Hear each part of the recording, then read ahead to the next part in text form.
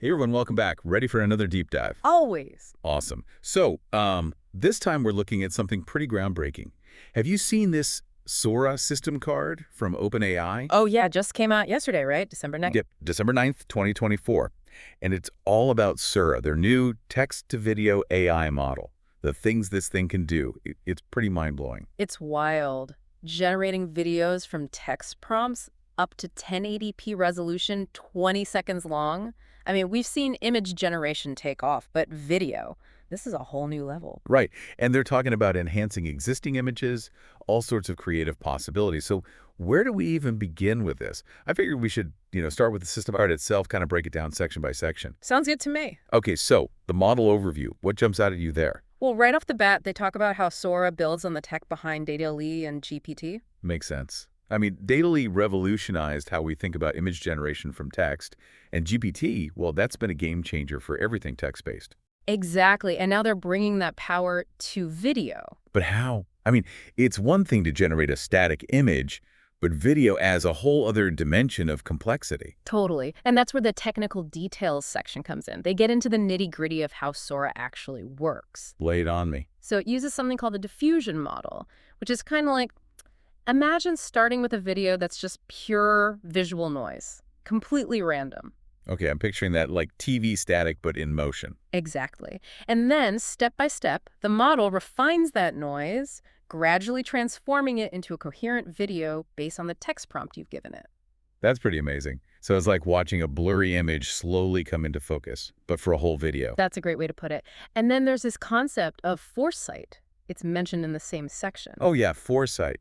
I was curious about that. It sounds like Sora can actually predict what should be happening in a scene, even if something is temporarily hidden. You got it. So, for example, if an object moves behind another object, Sora doesn't just assume it's gone. It understands that it's still there, just out of sight. That makes sense. Like if a character walks behind a tree, Sora knows they're still there and will come out the other side. Exactly. Figure 1 in the card actually shows a good example of this. They show how the model maintains consistency, even with objects moving in and out of view. Pretty impressive. Anything else in the technical details we should hit on? Yeah, they highlight the use of a transformer architecture, which is similar to what's used in GPT models. It's all about processing information in a way that, really captures those complex relationships. And then there's recaptioning, which they discuss in the recaptioning and multimodal understanding subsection. Perceptioning. Yeah. That rings a bell. Wasn't that a big deal with DALL-E 3? Yep. It helps Sora follow those detailed text instructions with crazy accuracy. It's basically like having a video editor that understands natural language. Wow. So we're not just talking about generating random videos here. It's following specific directions, understanding the nuances of what you're asking for. Right. It's not just throwing things together randomly, it's actually following a script, so to speak. And it gets even more interesting when you look at the capabilities beyond text-to-video section. This thing can animate still images, extend existing videos, fill in missing frames. It's like a whole toolkit in one. Okay, now you're just showing off. This Sora is sounding more and more like the ultimate video editing tool, all powered by AI. It is, and they actually talk about how this is a step towards artificial general intelligence, or AGI as they call it. AGI. Now, that's getting into sci-fi territory. Yeah. But before we go down that rabbit hole, let's talk about training. Where does Sora get all the data it needs to learn these incredible things? The model data section dives into that. And it's a pretty diverse mix. They use publicly available data, of course. But they also have partnerships with companies like Shutterstock and Pond5 for proprietary data. Makes sense. But there's another element they mention, human feedback. What role does that play? It's huge GE. AI trainers, red teamers, even OpenAI employees themselves are all giving feedback to refine the model's output. They want to make sure it's aligned with their safety and ethical guidelines. So they're actively trying to steer Sora in a responsible direction, even during the training process. Exactly. And to make sure it's learning from the right stuff, they have a whole pre-training filtering process. Gets rid of anything explicit, violent, or sensitive. They talk about that in the same section. Smart move. You don't want Sora learning from the wrong kind of content. Garbage in, garbage out. Exactly. Which brings us to another huge GE topic, risk mitigation. OpenAI dedicates a lot of space to this in the system card. Yeah, I mean, a tool this powerful, there's got to be potential for misuse. What are they most worried about? The risk identification and deployment preparation section outlines some key concerns. One big one is the potential for misuse of likeness. Someone could use Sora to create videos that falsely depict a real person doing or saying things they never did. Deep fakes. Yeah, that's a scary thought. And then, of course, there's the risk of generating misleading or explicit content. Think propaganda, harassment, you name it. Serious stuff. So what are they doing about it? Well, they're collaborating with artists, designers, filmmakers, trying to get a better understanding of how Sora might be used creatively and anticipate those potential pitfalls. So engaging with the creative community to get their input, their perspective. Yep. And then there's the external red teaming section. They've had teams in 9 different countries generating over 15,000 test videos, specifically designed to probe for weaknesses and make those safety measures even stronger. Wow, that's a lot of testing. They're really stress testing the system before letting it loose on the world. Absolutely. And it's ongoing. The learnings from early artist access section highlights that they're constantly learning, constantly adapting. They had over 300 users in their early access program, and they're incorporating those insights into the development process. That's good to hear. It seems like they're taking a very proactive approach to safety. It's not just a one-time thing. They're constantly evaluating and improving.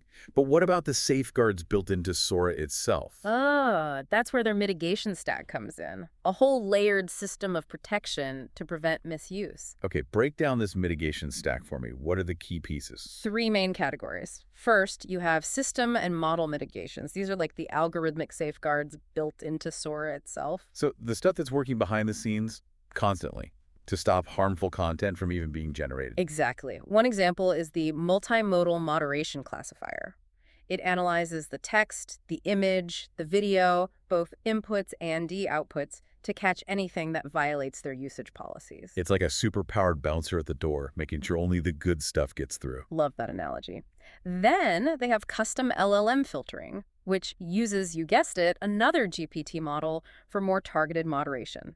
It can even look at combinations of images and text together. Pretty sophisticated stuff. They're not messing around. Nope. And then there are the image output classifiers. These specifically look for NSFW content, minors, violence, anything that could signal misuse of likeness. It's like they've thought of every possible way someone could try to use this thing for bad, and they're trying to shut it down. Pretty much. And they're using what they learned from DALL-E 2 and DALL-E 3 to create block lists.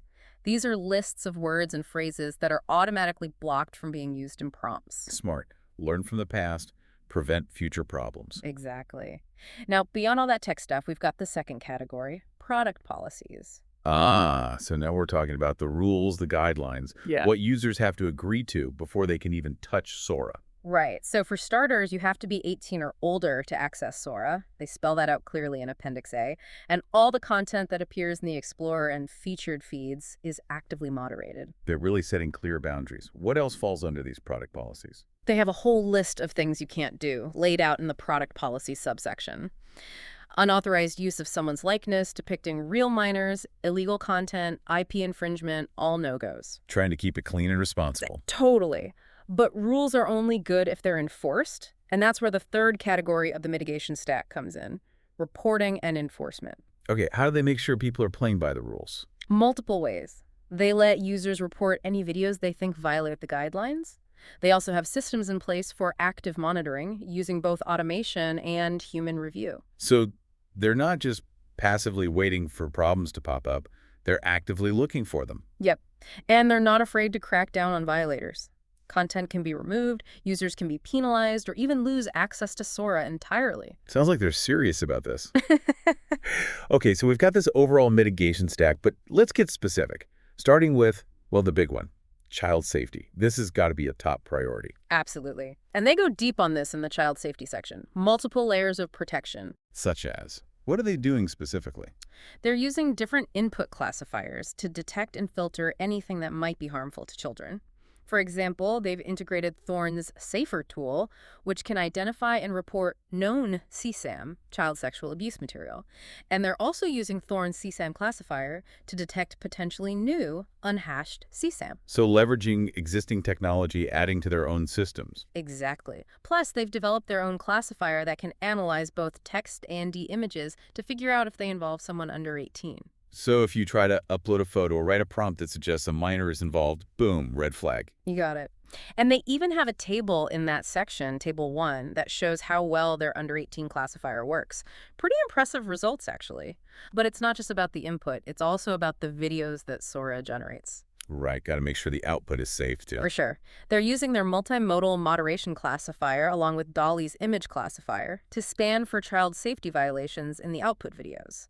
So checking both sides of the equation. And they're not just relying on algorithms, they have human reviewers who can check flagged content manually, Mm-hmm. just in case. Okay, so it sounds like a pretty comprehensive system, all aimed at preventing the exploitation of children. It is, and they're very clear in their product policy. Yeah. Generating sexual content involving minors is absolutely prohibited. Big consequences for anyone who tries it. Zero tolerance policy there. Mhm. All right, let's move on to nudity and suggestive content. Another sensitive area. They have a whole section on that in the card, too. Yep, and they're taking a multi-tiered approach here, too, kind of like what they did with Dolly.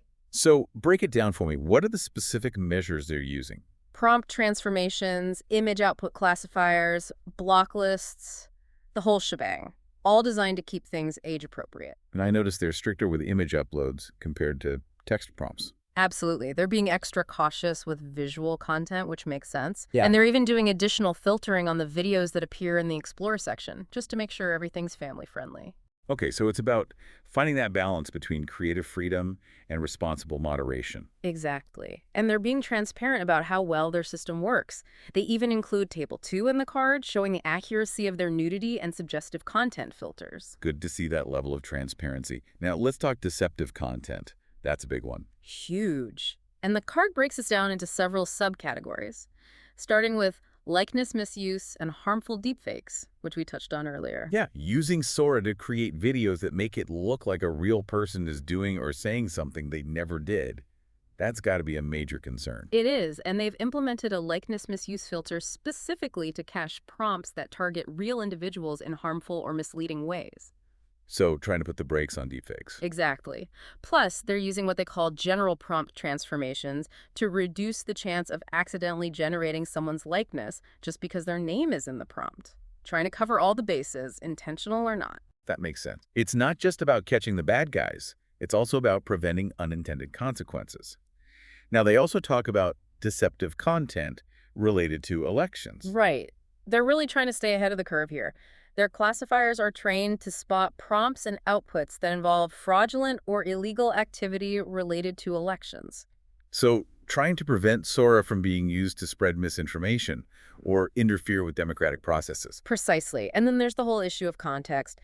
They know that just saying this video is made by AI isn't always enough. So they're investing heavily in something called provenance. The provenance, what's that all about? Being able to trace the origin of a video, verify its authenticity, it's like having a digital chain of custody. And they're doing this in several ways. Tell me in. First off, they're going to embed C2PA metadata into every asset generated by Sora. This basically provides a verifiable record of where it came from and how it was created. So it's like a digital birth certificate for the video. Exactly. Plus, they'll continue using those animated watermarks we talked about. Makes it crystal clear that the video is AI generated. Even if someone tries to share it out of context, there's that visual cue. Right. And to top it off, they've built an internal reverse video search tool. This helps their intelligence and investigation team verify where content came from and catch potential misuse. Wow, they're really pulling out all the stops. Yep, and their product policy is super clear. Using Sora to defraud, scam, or mislead people is strictly forbidden. That includes spreading disinformation. Okay, so they're drawing a firm line against malicious use. Now, there's one more area I want to touch on. Artist styles. This one seems a bit tricky. It is. The card acknowledges the potential for Sora to generate videos that mimic the style of living artists. Yeah, I can see where that gets complicated. On one hand, it would be cool to create a video that looks like a Van Gogh painting come to life. But on the other hand, we're talking about intellectual property, artistic control. Exactly. And OpenAI is being very cautious here. They understand the concerns of artists and creators. So what are they doing to prevent Sora from stepping on anyone's toes? They've got these prompt rewrites that kick in when a user tries to generate content in the style of a living artist. It's like gently steering them away from potential copyright infringement. A nudge in the right direction. Yep. Plus, they're using an LLM, one of those large language models, inside the Sora editor. This helps refine the user's text prompts to make sure they align with the guidelines. So it's like having an AI assistant that helps you write prompts that are both creative and ethically sound. Exactly. It's all about responsible creativity. And this approach to artist styles really reflects OpenAI's overall philosophy. They're not just focused on pushing the limits of what's technically possible, they're also deeply concerned with the impact this technology will have on artists, creators, and society as a whole. It's good to see they're thinking about the bigger picture. But as we've discussed, Sora is still in its early stages. The future work section makes that clear. They know there's a lot more to do. Right. This is just the beginning. They're being very upfront about that. And they're committed to continuous improvement, always learning and adapting. They highlight a few key areas they'll be working on, starting with the likeness pilot. Ooh, yeah, that one caught my eye too. They're talking about letting users upload actual photos and videos of real people as a starting point for generating videos. Right, so instead of just describing a person in text, you could actually use their image. Which sounds super powerful, but also, like, kind of terrifying. Think about the deepfakes. Someone could upload someone's picture without their consent and make it look like they're doing all sorts of things they never did. Totally. And OpenAI knows this. They're very aware of those risks. That's why they're starting with a pilot program, limited to a specific group of users. So more of a controlled environment where they can see how this feature is actually used in the wild. Exactly. And one very important point. No uploads of images with minors allowed during this pilot phase. They want to really understand how to mitigate potential harm before opening it up more broadly. Smart move. Don't want to rush into something like that. What else are they looking at for the future? Well, they have a whole section on provenance and transparency initiatives. Yeah, that's a big one. As these AI-generated videos get more and more realistic, it's going to be harder and harder to tell what's real and what's not. No. We need ways to track where these videos come from and verify their authenticity. Totally agree. And OpenAI's got a few things in the works. They're researching what they call reverse embedding search tools. Basically, it's like a reverse image search, but for video. That could be huge. Yep. Imagine being able to trace a video back to its source, see if it's been manipulated or taken out of context. Exactly. And they're committed to using C2PA metadata, embedding verifiable information about the video's origin right into the file itself. So it's like a digital fingerprint that can't be erased. Exactly. And remember those watermarks we talked about earlier? Those are going to be even more important going forward. Even if a video gets shared out of context, there'll be those visual cues letting people know it was AI generated. Lots of layers of protection there. But they're not just doing this alone, right? Nope. OpenAI is open to collaborating with NGOs and research organizations to make this whole provenance ecosystem even stronger. It's going to take a collective effort to make sure we can trust what we see in this new world of AI-generated video. Now, switching gears a bit, OpenAI also recognizes that Sora's outputs could reflect biases present in the data it was trained on. Yeah, that's always a risk with AI. You don't want Sora reinforcing harmful stereotypes or underrepresenting certain groups. They're taking it seriously. They highlight three main areas of focus: prompt refinement, feedback loops, and research into new mitigation strategies. Okay, prompt refinement. I'm guessing that means making sure the instructions given to Sora aren't biased themselves. Exactly. And with feedback loops, they're talking about analyzing Sora's outputs to spot any patterns of bias that might emerge that can then feed back into the model and help them adjust the training data or the algorithms themselves. So it's an ongoing process of evaluation and improvement. Right. And they're not pretending they have all the answers. They're actively researching new ways to mitigate bias because this is a complex issue. It's good to see that they're acknowledging the challenge and putting in the work to create a more inclusive and representative AI. Definitely. And finally, the card wraps up with a section on continued safety, policy, and ethical alignment. Which basically underlines their commitment to ongoing improvement across the board, right? Exactly. They're not treating this as a set it and forget it kind of thing. They know there's always more to learn, more to adjust as Sora evolves and as we learn more about how it's being used. So constantly refining the safety measures, updating the policies, and always making sure Sora's development stays aligned with ethical considerations. That's the idea. They're specifically talking about enhancing safeguards against likeness misuse and deceptive content, drawing on best practices, and incorporating feedback from users and experts. It's reassuring to see that level of commitment. They're not just releasing this powerful technology and washing your hands of it. They're in it for the long haul, actively working to minimize risks and maximize the good that can come from Sora. Absolutely. And I think it's important to remember that this system card is more than just a technical document. It's a statement about OpenAI's approach to AI development. They're prioritizing transparency, accountability, and they're really trying to foster an open conversation about the challenges and opportunities that come with this kind of technology. It's a reminder that we're all in this together. This AI revolution is going to impact everyone, and we all have a role to play in shaping its future. It really is a shared responsibility.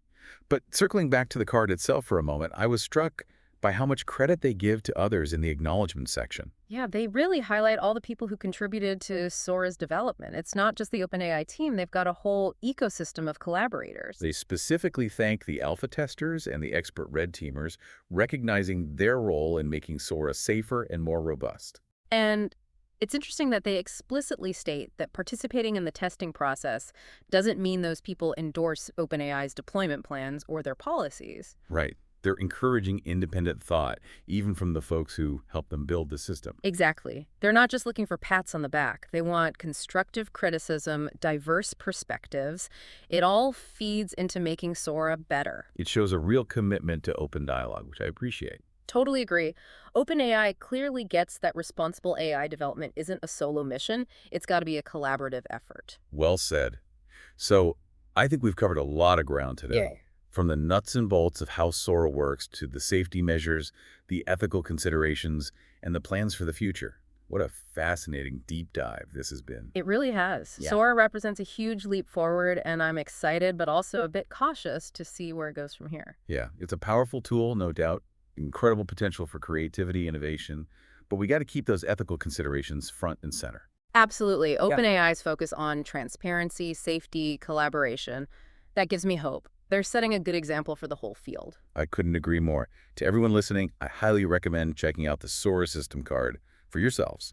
Even if you're not super techie, it's a really interesting read. And remember, this conversation about AI is just getting started. Stay informed, stay curious, and don't be afraid to ask the tough questions. Perfect note to end on. Thanks for joining us on this deep dive, everyone. Until next time, stay curious.